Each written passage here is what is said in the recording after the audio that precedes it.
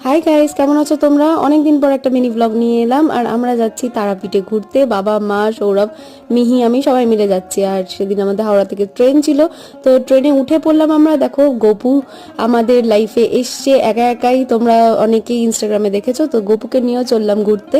তো গপুর সাথে আমাদের ফার্স্ট ট্রিপ। তো আমরা খুব সুন্দর এনজয় করতে করতে পৌঁছে গেলাম তারাপীঠ। সেখানে গিয়ে একটা হোটেল নেওয়া হলো। তো খুব সুন্দর ছিল হোটেলটা, একদিনেরই ট্রিপ ছিল, তাই জন্য খুব কিছু হাইফাই নিইনি।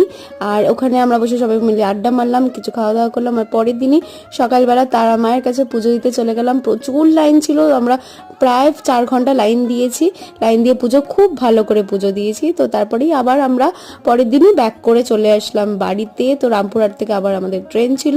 তো সবাই মিলে খুব এনজয় করলাম, খুব ভালো লাগলো। একটা রিফ্রেশিং ট্রিপ হয়ে গেল ছোট্ট। তো এই যে মিহি আমাদের ট্রেন এসে গেল।